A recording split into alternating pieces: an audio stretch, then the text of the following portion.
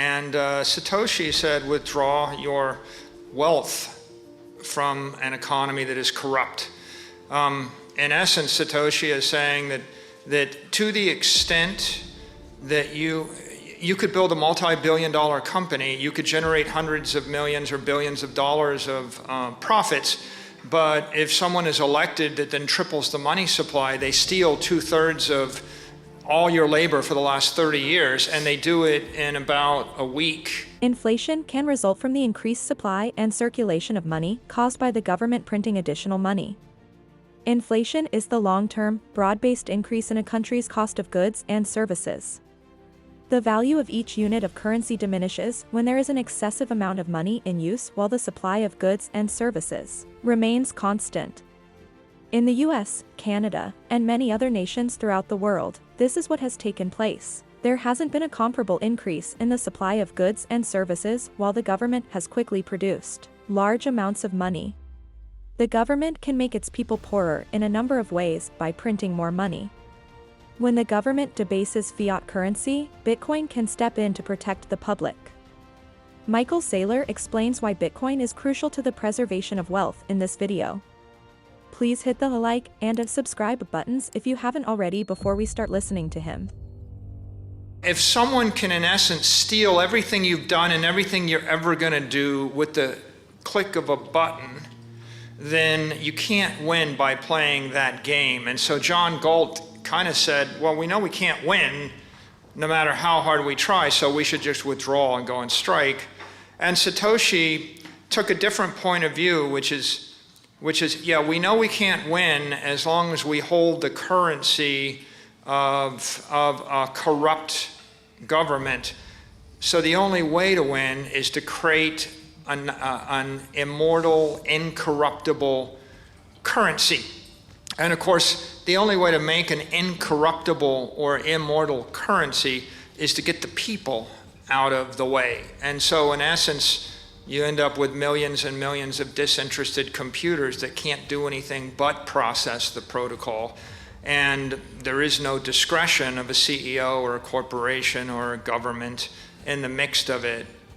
But both of them, are heroic figures that said, you're in a no-win situation as long as you stay in a corrupt system. You need to depart the system.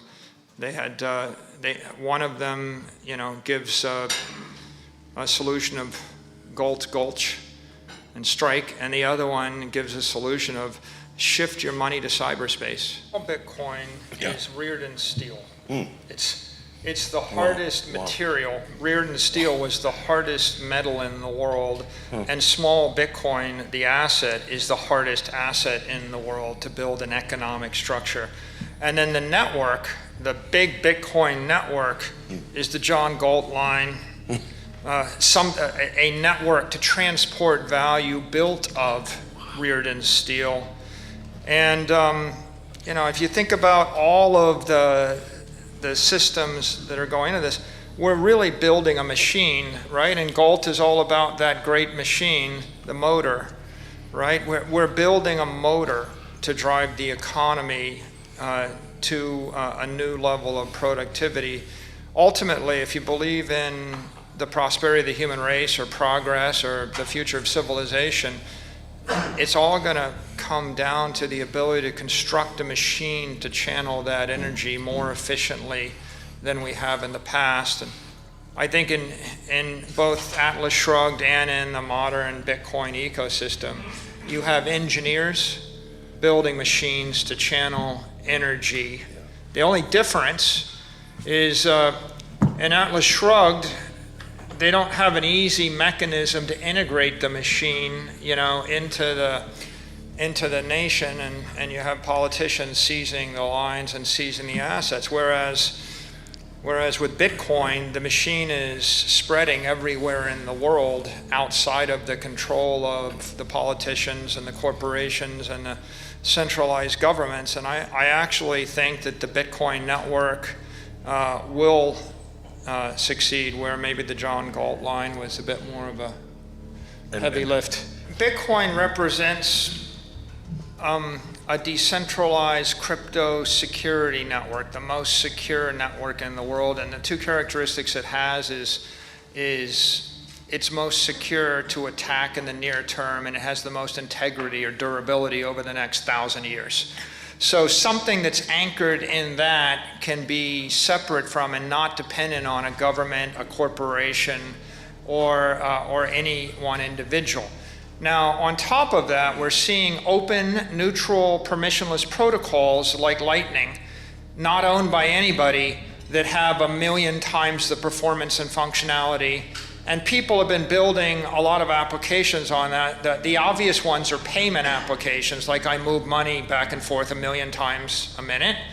But the other is people have been working on chat applications and podcasting applications and the like. I think that you'll see that a decentralized crypto network that is transnational and neutral can serve as the foundation for other applications, but they will come later on the other layers. And there's a lot of exciting stuff in that area.